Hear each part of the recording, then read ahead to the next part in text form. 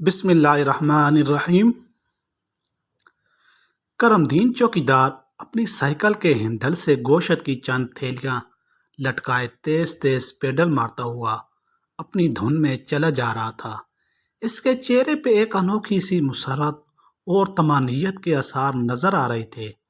ایک انتہائی غریب سے محلے میں پہنچ کر اس نے ایک گھر کے سامنے سائیکل روکی اور گھر کا دروازہ کھٹکھٹایا۔ کچھ دیر بعد اندر سے ایک نسوانی آواز آئی کہ جی کون؟ باجی میں ہوں کرم دین چوکیدار۔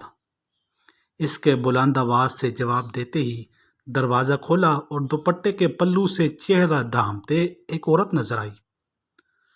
کرم دین نے نگاہیں جھکاتے ہوئے اس خاتون کو بڑے احترام سے سلام کیا، حال احوال پوچھا، عید کی مبارکباد دی اور گوشت کی ایک تھیلی اس کی طرف بڑھاتے ہوئے کہا کہ لیں باجی، یہ آپ کا حصہ ہے۔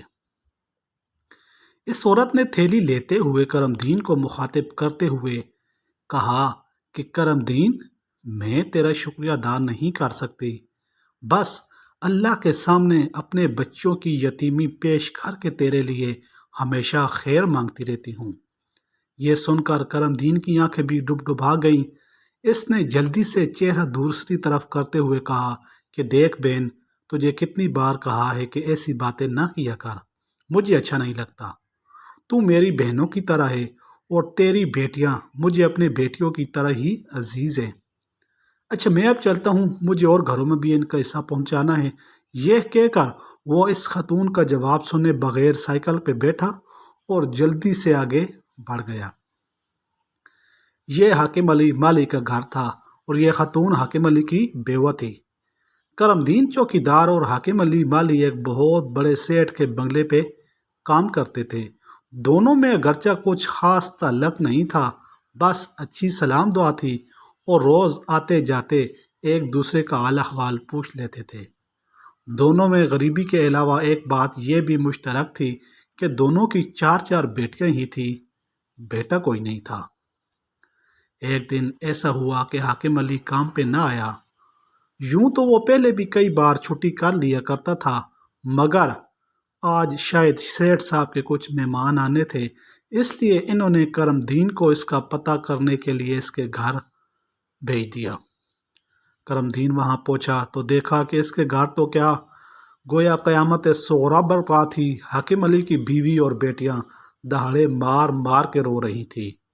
حاکم علی رات سویا تو صبح اٹھا ہی نہیں۔ وہ اپنی بیویوں اور بیٹیوں کو اس دنیا کے رحم و کرم پہ چھوڑ کر ہمیشہ کے لیے سو چکا تھا۔ کرم دین بیچارہ خود بھی بہت غریب آدمی تھا اور بال بچے دار بھی، مگر اس دن سے ہر چھوٹی بڑی عید پہ جتنا ہو سکتا تھا ان کے لیے کوئی نہ کوئی چیز اور گوشت پہنچا دیا کرتا تھا۔ کرم دین جب پہلی بار ان کے ہاں گوشت لے کر آیا تو حاکم علی کی بیوی نے روتے ہوئے کہا کہ کرم دین، اللہ تیرا بھلا کرے، آج میرے بچے 1.5-2 سال بعد پہلی بار گوشت کھائیں گے۔ بس یہ جملہ سننا تھا کہ اس کے دل پہ خنجر سے چل کے رہ گئے۔ بس وہ دن تھا اور آج کا دن تھا کہ وہ ان کے ساتھ ساتھ ایسے 4-5 اور گھروں کی بھی وقتاً فوقتاً مدد کرتا رہتا تھا۔ باقی گھروں میں بھی گوشت کی تھیلیاں پہنچا کر وہ واپس پلٹا تو کافی دیر ہو چکی تھی۔ اس نے سائیکل موڑی اور اپنے گھر کی راہ پکڑ لی۔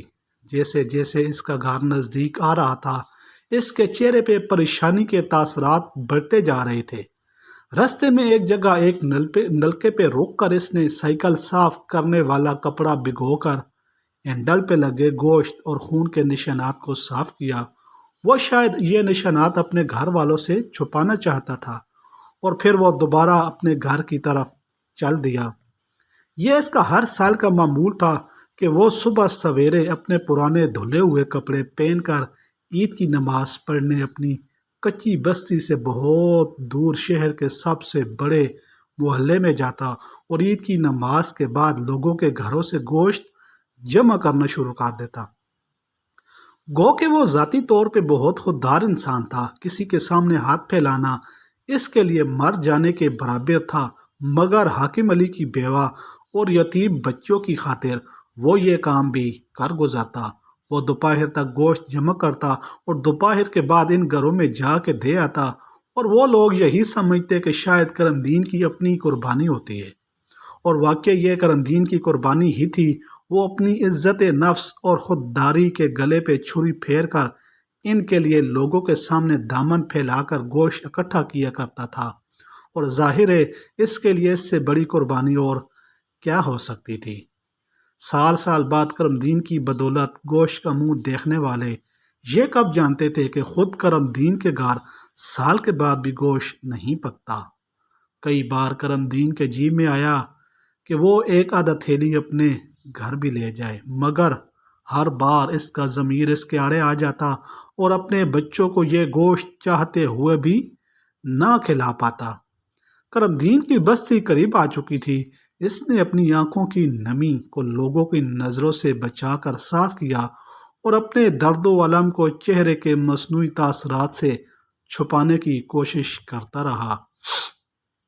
ہوا اپنی گلی میں مڑ گیا۔ اب اس کے سامنے اس کا اپنے گھر کا دروازہ موجود تھا، جس کے اس پار غربت و افلاس کا لبادہ اڑے اس کی بیوی اور بیٹیاں اس کی منتظر تھیں۔ کرم دین نے کچھ لمحے رک کر دروازہ کھٹکھٹایا تو اس کی چھوٹی بیٹی نے دروازے کی درز میں سے اپنے باپ کو دیکھ کر دروازہ کھول دیا۔ کرم دین سر جھکائے ہوئے اپنے گھر میں داخل ہو گیا۔ اس نے اسی طرح اونچی آواز میں سب کو سلام کر کے سر اٹھایا تو دیکھ کے حیران رہ گیا کہ اس کے صحن کے بیچوں بیچ کھانے پکانے کے سامان کا ڈھیر لگا ہوا ہے، اور ساتھ ہی ایک تھیلے میں اچھا خاصا گوشت بھی پڑا ہوا ہے۔ کرم دین نے حیرت سے اپنی بیوی کی طرف دیکھا اور پوچھا، یہ سب کہاں سے آیا؟ اس کی بیوی بولی کہ ایک بہت بڑی گاڑی میں کوئی بڑا آدمی آیا تھا، وہ کہہ رہا تھا کہ وہ آپ کو جانتا ہے اور ساتھ میں ایک چٹھی بھی دے کر گیا ہے۔ میں نے سامان تو اس کے اصرار پہ رکھ لیا، مگر اب آپ کے انتظار میں ہی تھی، اور ساتھ ہی ایک لفافہ کرم دین کی طرف بڑھا دیا۔